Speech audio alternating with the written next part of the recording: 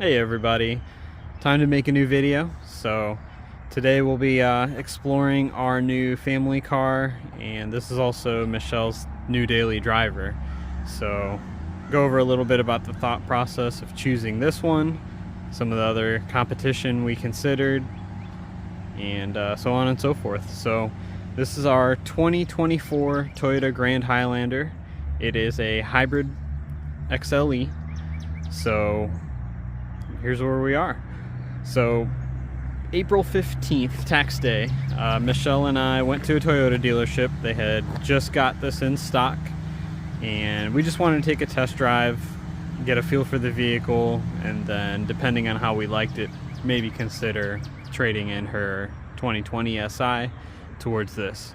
So the main reason we've been considering a larger vehicle is for road trips, and then just our dogs. We have 3 dogs. We got a third one last summer in June, and anytime we wanted to take all 3 of them somewhere, we either had to take both our cars, my 2013 Mazda Speed 3 and her 2020 Civic Si, or rent a SUV or a minivan. So we got sick of that. Just nice to be able to take a car that we own and go anywhere, load up the dogs, luggage, go on road trips, local stuff, you know, whatever the case may be. So last September we went and test drove a Honda Pilot, new 2023 at that time, touring edition, and we liked it. We put a deposit down, had everything we wanted, leather seats, heated seats, decent technology. That particular model had a panoramic moonroof, was all-wheel drive, so on and so forth. So we put down a deposit on one, refundable one, thank goodness, and took a couple months. Finally the dealership called us, car we wanted with the color we wanted, came in, all the options we wanted, so on and so forth. However, they were adding some ticky-tack stuff onto the price, and they weren't willing to budge on it. Stuff like $1,000 ceramic coating that they just wipe on, features we didn't need, dealership add-on crap that we just didn't want to do, and it ended up making the car way more than MSRP. So we backed out of that, and then kind of just kept our options open. So fast forward to February this year, 2024, we rented a van, took the dogs to Maryland from Kentucky to drop them off at Michelle's parents while we went to India. In that process, we rented a Chrysler Pacifica. Found out during that trip, minivan's not for us. Yes, it would make loading easier for the dogs, luggage, kids if we have them in the future, so on and so forth, but minivan life just wasn't for us. So started considering a couple other options. I started looking into the Mazda CX-70s, CX-90. Obviously the CX-70 isn't out yet, but it had been announced. And these Grand Highlanders, and then the Korean twins, the Hyundai Palisade, Kia Telluride. So fast forward to June, you know, we start, or April of this year, we start looking at cars, and one day we're going to Costco, and we're just happen to be looking at the dealership's inventory of dealers nearby, and Toyota had gotten this in, and surprisingly with the hybrids, I mean, demand is super high. No one had put a deposit on this one, there was no pending sale, so on and so forth. So we went to the dealership, asked to take a test drive, and basically here we are. We have this car. So a couple things we were considering when we were looking at a bigger ride for the family is a 3-row SUV that had, you know, plenty of 3rd row space, usable for adults when needed, plenty of cargo space, good ride, and manageable fuel economy. And then pricing wise, we wanted to stay in the high 40 to mid 50 range. So with that, this pretty much checked all our boxes, even being a base model. The XLE is pretty lightly optioned. However, it had the stuff we wanted. It has the Softex Toyota seats. You know, it's their substitute for leather. They're comfortable, they're heated. No sunroof on this one, or moonroof, but that was something we could pass up on. It wasn't really a big option for us. And really, to get one that was in inventory at the time, we had to move quickly. If we wanted a moonroof, whether panoramic or not, we had to jump up to a limited trim, which is about a $7,000 price difference. And for us, that really wasn't worth it. We didn't need the 360-degree cameras. The panoramic moonroof was a moot point. And then just like little stuff like this being fake wood trim and all of that, not a necessity for us. Neither were the ventilated front seats or the heated captain's chairs in the second row. So doing research, CX-90 I kind of eliminated for a couple reasons when it came to the Mazda. One, just being a brand new platform. They've had some growing pains with it, with suspension groaning noises, issues with the mild hybrid technology on the turbo inline six, the PHEV having some weird issues electrically. So if we were gonna do the Mazda, it would have probably been, you know, we would have had to wait, let them work the bugs out, especially with electronic stuff. The Mazda definitely had the nicer interior of all the options. It's just a premium interior. And then the Korean twins, the Kia and the Hyundai, also have really nice interiors as well. But like I said, we eliminated the Mazda just based on growing pains of new tech, just stuff I've seen on the forums, Facebook groups, all of that stuff.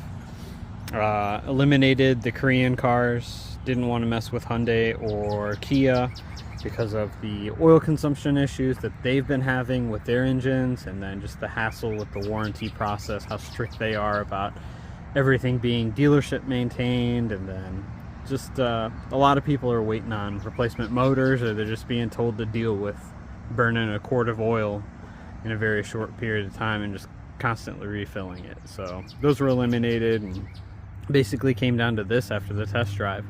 So with that, big things we were looking out for, or I was looking out for because I had been doing all the research on the cars, was Grand Highlander has been known to have a cabin boom issue, mainly when cruising around at city speeds, 25 to 35, 40 miles an hour, where even with the windows up, you'd get pressure buffeting. And for those with sensitive ears, it's not a fun thing to hear, constantly experience at low speeds. So when we did the test drive, the sales guy at the dealership, he asked if I wanted to take it on the highway. Just knowing that cabin boom wouldn't be an issue at highway speeds, I opted to, hey, let's stick to city streets. I'll drive it around. Should be able to test out and see if it has enough power that way, and then listen out for the cabin boom noise that's known to affect some of these cars. So with that, test drive went well. No weird noises, nothing like that. No cabin boom. The ride's super soft and comfortable. Steering's light. And then for being a car that's over 200 inches long, it's actually surprisingly maneuverable. Easy to park, easy to turn around, do U-turns with. You don't need a whole lot of space. So that was nice. So the next thing to consider was gas mileage and the powertrain options with these. So there are 3 powertrain options. There's a 2.4 liter turbo, gas only. That's available in both front wheel drive and all wheel drive configuration. There's the 2.5 liter naturally aspirated hybrid version, which that powertrain is used in a bunch of Toyota vehicles. Camry hybrid, Prius hybrid, the regular Highlander hybrid, so on and so forth. And then there's the Hybrid Max, which is the 2.4 liter turbo gas engine combined with hybrid powertrain as a power adder, essentially. So we went with the standard hybrid. So this is a 2.5 liter naturally aspirated engine with 2 electric motors. So with this being all-wheel drive, there is the electric motor at the front, and then one at the rear powering the rear wheels. So there's no drive shaft connecting the front and rear. That's pretty unique. But just initial impressions on it. This car's got about 3,400 miles on it already since we bought it. We left the dealership with 6 miles on it, and then when we test drove it, it only had 2 miles. So we've had it essentially since new. The only miles that were put on it that we didn't put on it was essentially from manufacturing in Princeton, Indiana, to the railroad that they shipped it with, and then off the truck. So like I said, this is the hybrid model, 2.5 liter, naturally aspirated, and it is all-wheel drive, so it does have the dual motor setup. With that being said, gas mileage was something we considered. So when we had initially put down the deposit on the Pilot, we were willing to take the hit on gas mileage, going from Michelle's Civic Si, which had a, what was it, a 1.6 liter or 1.5 liter 4-cylinder turbo. It averaged 35 miles a gallon on premium fuel, 70% highway driving, 30% city. So we knew that we were going to lose some MPG if had we gone with the Pilot, but the cost difference between premium and regular fuel here in Louisville is about $1 a gallon, so it would have been essentially a wash. With us ending up with this car, it is, you know, it only requires regular fuel, so no big deal there. And then it's rated at 36 city, 32 highway.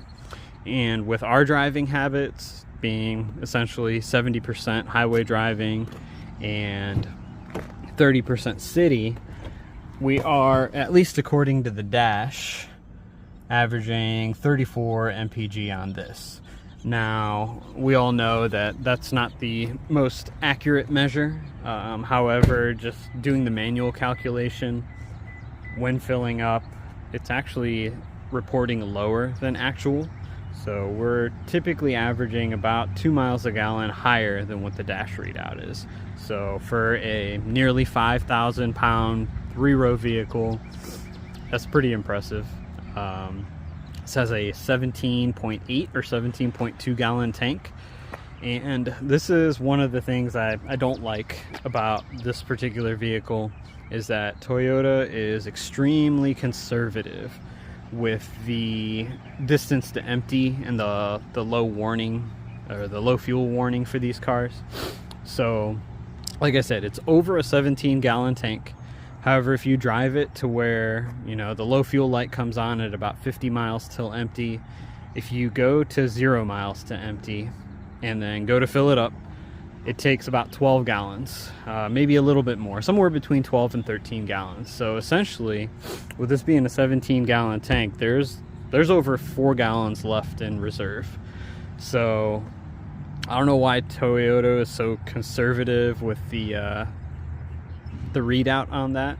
I'm sure they have their reasons, but it's annoying. You know, you expect a 17 gallon tank at 30 plus mpg to get you 600 miles of range.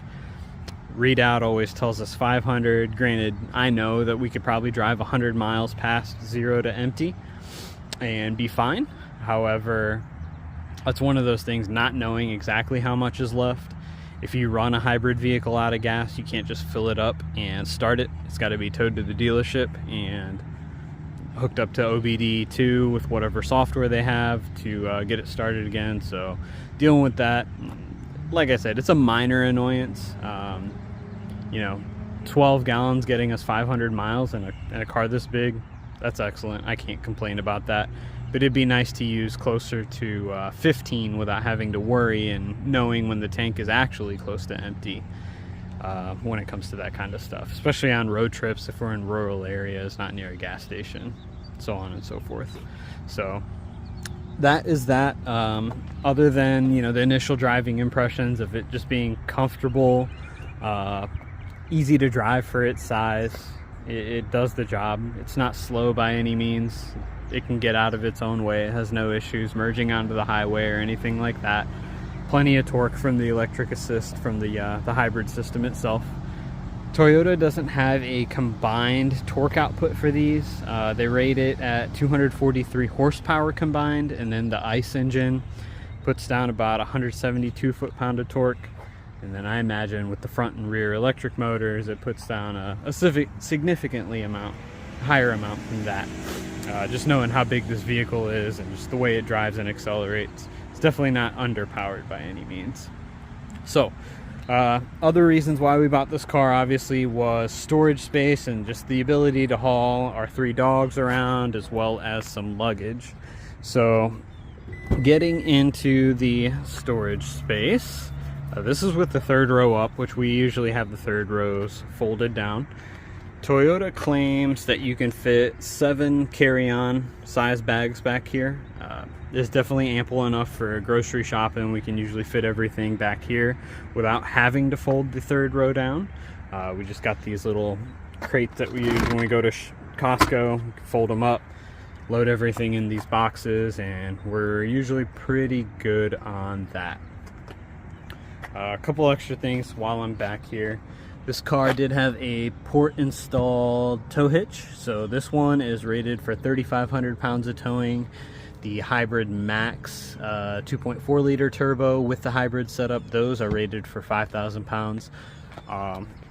This was a port installed option, but we were cool with paying for this because plan in the future is to get like a little teardrop camper for doing little camping trips and stuff. So that should be able to be no problem being under 3,500 pounds and just being able to tow with this. And then under here we have some pretty useful stuff. So another option that was port installed was these all-weather mats. Again, something we weren't too concerned about paying extra for. There's a little storage area down here. It's got the jack. It has the privacy shade for if we put the 3rd row down and want to block any luggage from being seen through the back window, so on and so forth back here. So I will go ahead and shut this, and I'll show you guys some of the interior room. Show you how spacious this thing is.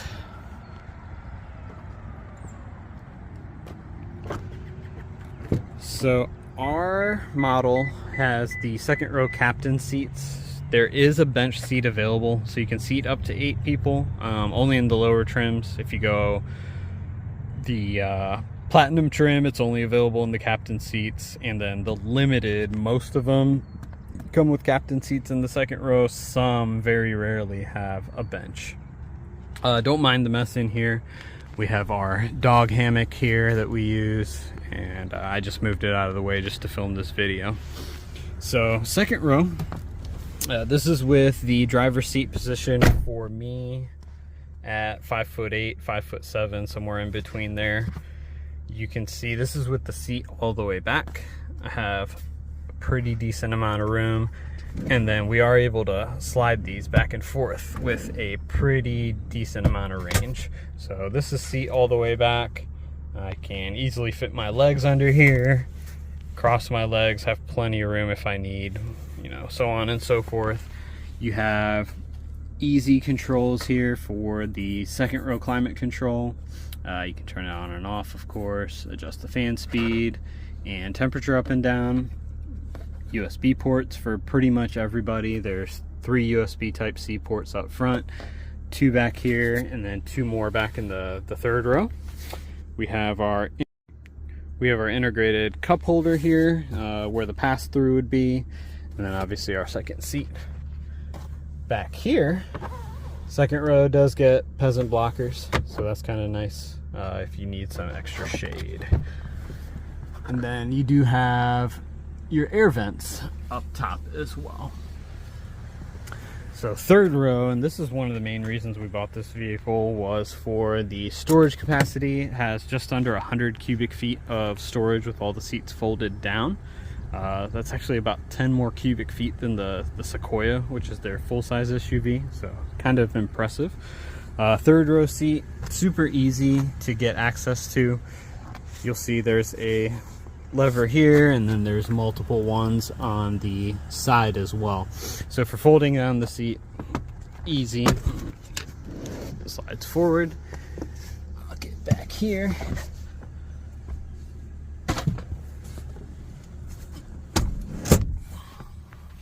And again, at 5'7", I have plenty of room back here to be comfortable for a pretty decent long trip. And then the rear seat, third row does recline too if I need some extra room. So you'll see here how much extra it can recline. This second half here is at its most upright position, and my seat here is reclined all the way. So there is a decent amount of room here, and then you can see it does adjust and rock back and forth and recline. So pretty good range of motion here. Even in the complete upright position, I don't know why anybody would want to sit this way, but it's manageable. So, and then easy access to get out.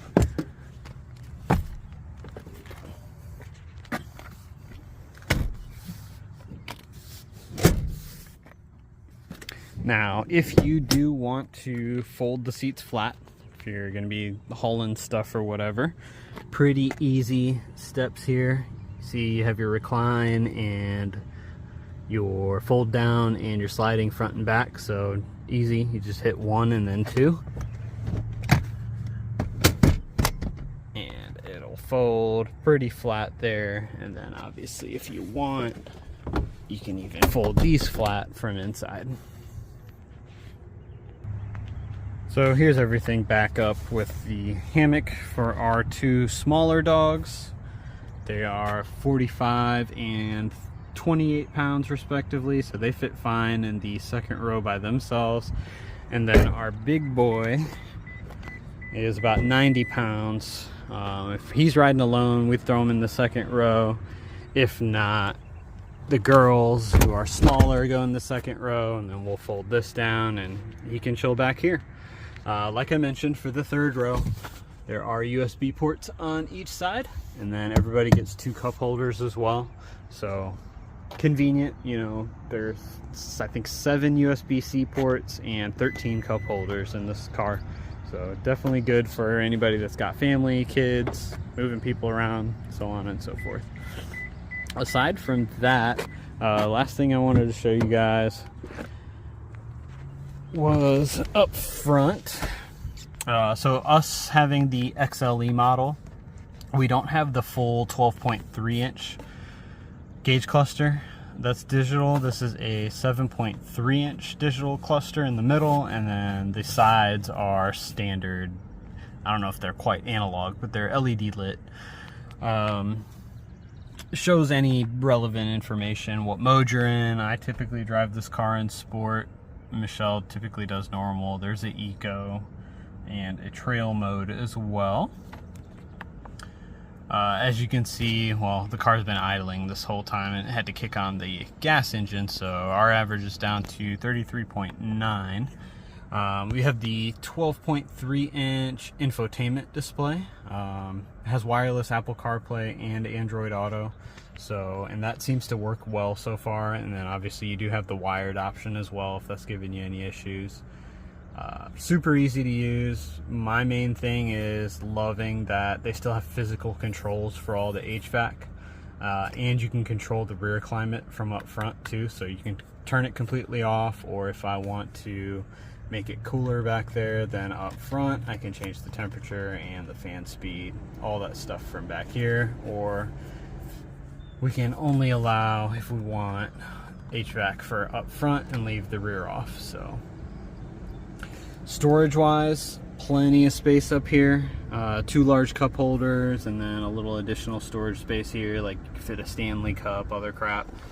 Wireless phone charger, works well on my Android, not so much on Michelle's iPhone, because the camera bump makes the phone sit awkwardly on there. So just a heads up with that. Depending on the case you have, that may fix or rectify the issue with iPhones as far as wireless charging goes. We have 2 empty buttons here. I know one of them would be if we had the 360 camera, and no idea what the other one's for. You have all of your drive mode controls, traction control, all that fun stuff right here in the center console. Weird placement for this. I accidentally hit these buttons sometimes just opening and closing the glove box, so I don't know, minor annoyance, doesn't really bother me too much, but figured I'd let you guys know. And then nice little storage cubby up here, decent sized glove box, plenty of door storage. And then again, these are the soft deck seats, so not real leather, but soft and comfortable enough. Feels good enough. Heated seats are good. Not as good as the Honda as far as warming up to a hot temp, but they are comfortable. And then that's basically about it. So this is our new family hauler. It's something that, you know, it was time to get a bigger car, and this basically is future proof. You know, if we have kids in the future, we'll have more than enough room to haul them around.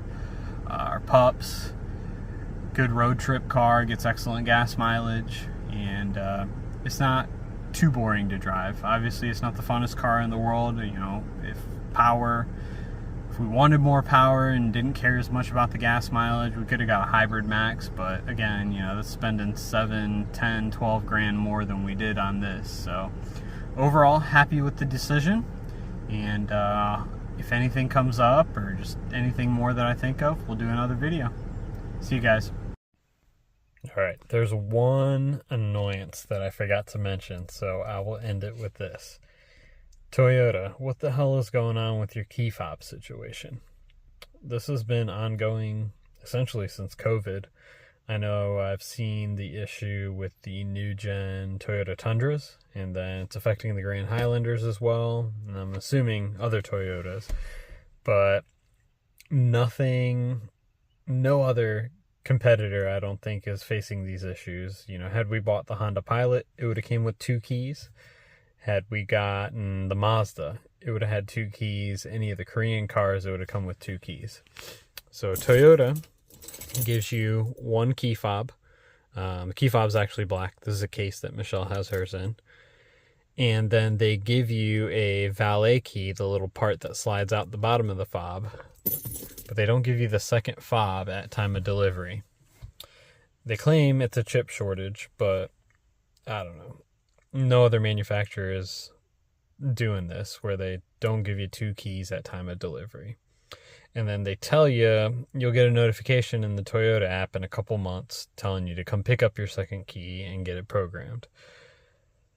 There are people who purchased Grand Highlanders in July of 2023. So a year or coming up on a year that still don't have their second key fob. This makes no sense to me. I could go to a dealership right now, go to parts, give them the part number, and they'll either have a key fob in stock that they can sell me, or they can order one that I can get within a week and pay, you know, $300-400 for the fob and another $150 for programming and have a second fob. But they can't ship these extra fobs with the cars so they're ready for delivery, or directly to the customer once they buy it. I don't know. Doesn't make any sense. They do give you a year of the digital key on the Toyota app. It works. At least it's worked fine for us. But the issue with that is if your phone doesn't have reception, you're screwed. Doesn't work. And then, I don't know, for us, where it's, you know, I still have my Mazda that I daily drive, or I use rental cars for work, whatever the case is. But if I want to take Michelle's car, this one, somewhere, take the dog somewhere, I have to go search around the house for her keys. I don't have my own. Little annoying stuff like that. Like, it's 2024, we're 4 years past COVID. You know, most of the chipset shortage stuff has been remedied, to my knowledge. Maybe not as far as like graphics cards and stuff for computers, but car wise, I don't think Ford's shipping cars without heated seats anymore, you know, where they had the heated seats, but you needed to wait till the dealership called you in to put in the control module or whatever. I don't think anybody's doing that anymore. So for 4 years, you know, past the pandemic, for there to still be a shortage where you only get 1 key with your car and then have to wait 6, 8, 12 months, that's not acceptable.